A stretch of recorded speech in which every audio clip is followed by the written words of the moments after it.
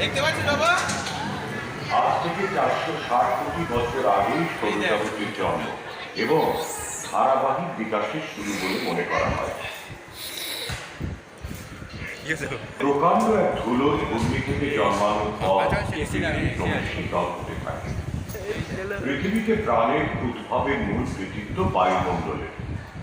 প্রায় 350 কোটি বছর আগে এক কোষী বেদের তখনও ধরিত্রী উষ্ণ ছিল, বায়ুমণ্ডলে অক্সিজেন ছিল না।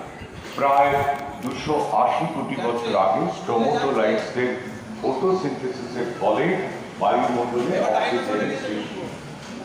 অক্সিজেনের পরিমাণ ক্রমশ বাড়তে থাকায় 120 কোটি বছর আগে একাধিক নিউক্লিয়াসযুক্ত বহুকোষী জীবেদের জন্ম। বিবর্তনের পথে এক বৈপ্লবিক অগ্রগতির ফলে প্ল্যাটফর্ম, জেলিফিশ, স্টারফিশ এবং নটিলয়েডসের মতো নরম দেহের জীবের গড়ে ওঠে। প্রাথমিকভাবে উদ্ভিদের জন্ম খুব দ্রুত অনেক প্রজাতির মাছ জন্ম নেয়। এইখানে বিশাল মাছটি দেখা যাচ্ছে, তার নাম ডানক্রিওসাস।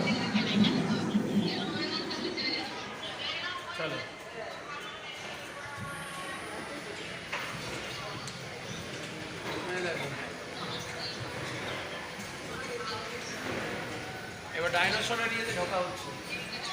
ডাইনোসরে যে ঢুকছি আমরা 220 থেকে 180 লক্ষ বছর আগে, বুঝলি তো? এই দেখ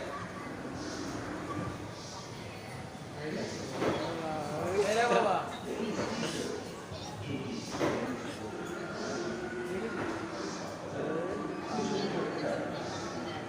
হ্যাঁ সব নামগুলো জানি।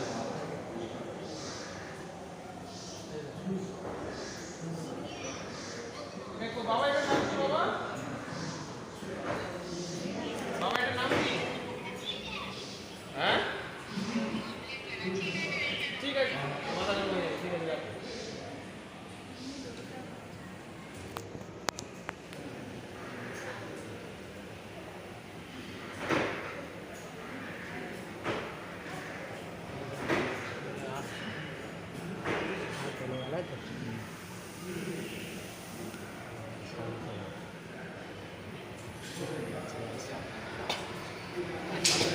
একটা মুখ বেড়াতে পারে এই ছবিটা ভাই খাওয়া নেই।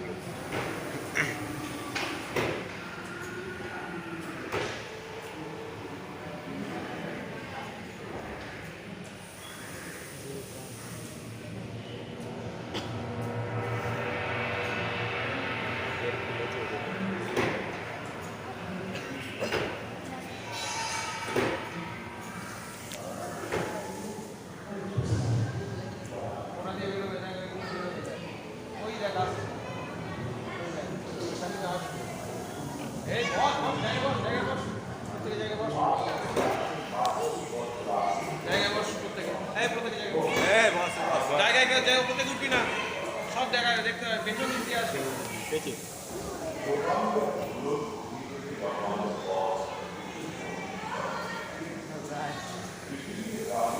এইবার আসবে ওই জায়গায়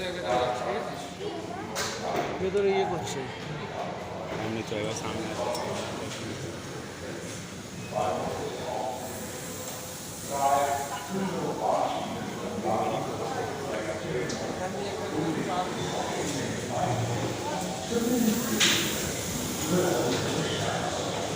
ব্যাঙ, কচ্ছপ ও কুমিরদের আবির্ভাব হয় আজ থেকে 22 কোটি বছর আগে। প্রথম স্তন্যপায়ী ছিল ইঁদুরের মতো আকারের ম্যাগালোস্ট্রডন। প্রাচীন সরীসৃপেরা ক্রমশ হারিয়ে যায় এবং আবির্ভাব হয় ডাইনোসরদের। সেটা প্রায় 20 কোটি বছর আগে। তারা নানান আকার ও আকৃতিতে গোটা পৃথিবীতে ছড়িয়ে পড়ে এবং নানা রকম আবহাওয়ার সাথে মানিয়ে নেয়। কোনোটা ওজনে কাঠবিড়ালির মতো হালকা, কোনোটা বা 15টি পূর্ণবয়স্ক হাতির চেয়ে ভারী।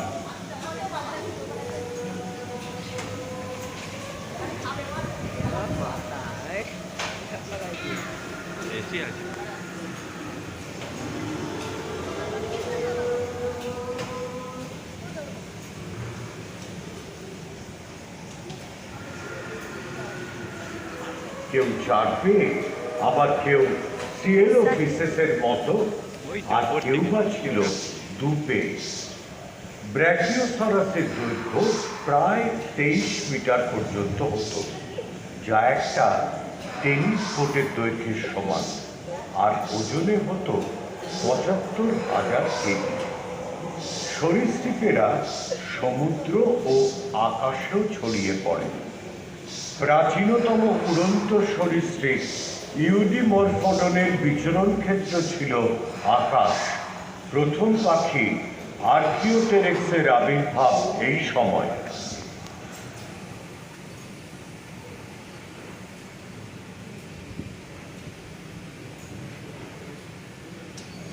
পরবর্তী 10 কোটি বছর ধরে জুরাসিক যুগের শেষ আর ক্রিটেশিয়াসের প্রথম পর্যায় জুড়ে ডাইনোসরদের স্বর্ণযুগ। স্পাইনোসরাসের পিঠে নৌকোর পালের মতো একটা অংশ থাকত, যা দিয়ে তারা তাপ নিয়ন্ত্রণ করত।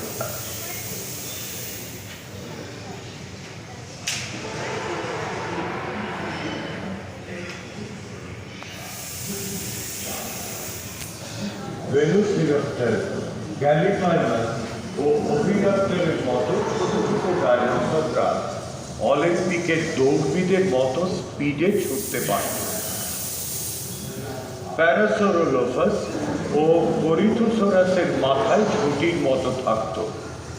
প্রায় 5 মিটার লম্বা ডানাওয়ালা প্রকাণ্ড টেরিনোডনরা উড়তে আর ভেসে বেড়াতে পারত। অধিকাংশ ডাইনোসরই ছিল কিন্তু তৃণভোজী। পরিবেশ আর্দ্র হওয়ার সাথে সাথে গাছপালা ছড়িয়ে পড়ল গোটা স্থলভাগ জুড়ে। প্যানজিয়া মহাদেশের ভাঙন ধরায় ভারত ক্রমশ এশিয়ার দিকে সরে আসতে থাকে। মহাদেশীয় পাতাগুলির এই সঞ্চারণের ফলে শুরু হয় অগ্নুৎপাত ও ভূমিকম্প, যার ফলে স্থলভূমিতে নানা রকম ভৌগোলিক আঘাত ও আকৃতির জন্ম দেয়। ফ্লোরেশিয়া ও গন্ডওয়ানা নামক মূল দুটি ভূখণ্ড মহাদেশে পরিণত হয়।